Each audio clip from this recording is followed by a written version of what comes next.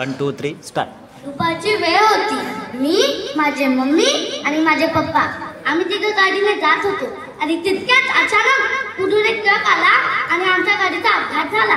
त्या अपघातात आम्हा तिघांना खूप लागलं. मी मदतीसाठी हात मागू लागले, वाचवा ओ वाचवा, कोणीतरी आम्हाला वाचवा. अहो मदतीसाठी हात मागू लागले तरी कोणाचाच हात मदतीसाठी पुढे येत नव्हता. हात फक्त सेल्फी व व्हिडिओ काढण्यासाठी येत होता. हो मी अक्षरशः ओरडू लागले, वाचवा वाचवा, आणि तितक्यात धाडकन जाग लागली. आणि नंतर मला समजलं हे माझं झोपेतलं स्वप्न आहे.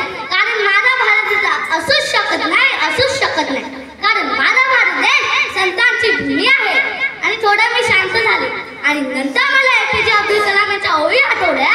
स्वप्ने 3 असतात जे आपल्या झोपेत पडतात, स्वप्ने 3 असतात जे आपल्या झोपेत पडतात, स्वप्ने 3 असतात जे आपल्या झोपू देत नाही, स्वप्ने 3 असतात जे आपल्या झोपू देत नाही. आदरणीय विचार मंचावरील सर्व आदरणीय दुधाचे दूध आणि पाण्याचे पाणी करणारे माझे सुज्ञ परीक्षक, मी सई मिथुन नागर, इयत्ता 4थी, केंद्र शामुखादा यातील विद्यार्थिनी. विषय मानत आहे मला पडलेले सुंदर स्वप्न. तुम्ही म्हणत असाल आम्ही तर विषय दिला मला पडलेले सुंदर स्वप्न, तर ही मुलगी काय म्हणत आहे? अहो मी ते एक वास्तविकता दाखवली होती, त्याच्यात माणुसकी नव्हती. संत बैलाबाई म्हणतात ना, मानसा मानसा तुझी नियत बेकार, मानसा मानसा तुझी नियत बेकार, तुझ्या परिवार घोट्यातल जनावर, तुझ्या परिवार घोट्यातल जनावर. आता याच्या पुढून मी तुम्हाला सांगणार आहे मला पडलेले सुंदर स्वप्न. जरी मी लहान असली तरी मी पाहिले स्वप्न खूप मोठाले आहे. हिंदूच्या हृदयात मुस्लिम आनंदाने राहतील, हिंदूच्या हृदयात मुस्लिम आनंदाने राहतील, आणि मुस्लिमांच्या दुःखात हिंदू आपले डोळे वाहतील, आणि मुस्लिमांच्या दुःखात हिंदू आपले डोळे वाहतील. मित्रांनो, मला माझ्या स्वप्नात आपला भारत देश आत्मनिर्भर झालेला दिसला. तुम्ही म्हणाल आत्मनिर्भर म्हणजे काय? आत्मनिर्भर म्हणजे की स्वावलंबी. आपले राष्ट्रपिता म्हणजे महात्मा गांधी यांचे स्वप्न होते की आपला भारत देश स्वावलंबी असावा, आणि त्यांचे स्वप्नात पंतप्रधान नरेंद्र मोदी बघत आहेत, आणि त्यांचेच स्वप्न मला माझ्या स्वप्नात दिसत आहे, आणि त्यांचेच स्वप्न मला माझ्या स्वप्नात दिसत आहे. मित्रांनो, मला माझ्या स्वप्नात बेरोजगारी, अंधश्रद्धा अशा सर्व समस्या नष्ट झालेल्या दिसल्या. हो बेरोजगारांना त्यांच्या गुणवत्तेवर नोकरी मिळालेली दिसली, आणि भ्रष्टाचाराचा थाराच नव्हता, आणि इमानदारीने काम करणाऱ्या लोकांचा सत्कार होऊ लागला. जशी स्त्री शिवरायांच्या काळात सुरक्षित होती तशीच स्त्री मला माझ्या स्वप्नात सुरक्षित राहिलेली दिसली.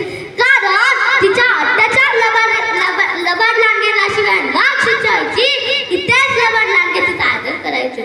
आणि मला माझ्या स्वप्नात आपल्या सर्वांसाठी सर्वात सुंदर गोष्ट दिसली, ती म्हणजे की आम्हा मुलांसाठी आणि तुम्हा पालकांसाठी जो संवाद त्या मोबाईलमुळे तुटला होता तोच संवाद मला माझ्या स्वप्नात जोडताना दिसला. आणि विज्ञानाने ते एवढी प्रगती केली होती की सर्व ग्रहांवर आपल्या देशाचा तिरंगा अभिमानाने फडकताना दिसला. आणि आपला भारत देश 100% साक्षर झालेला दिसला, आणि सर्व देशाच्या तुलनेत प्रथम क्रमांकावर दिसला. आपला भारत देश कृषीप्रधान देश आहे. आपल्या देशाचा महत्त्वाचा पाया म्हणजे की माझा बळीराजा. मला माझ्या स्वप्नात बळीराजा त्याच्या मनाप्रमाणे त्याच्या मालाला भाव देताना दिसला, आणि जो बळीराजा बैलगाडीने प्रवास करायचा तोच बळीराजा विमानाने प्रवास करताना दिसला. अशीच एक सुंदर सकाळ होती. माझी धरणी माता ही शालू घालून नटली होती. ती सकाळ म्हणजे 15 ऑगस्ट 2026 ची.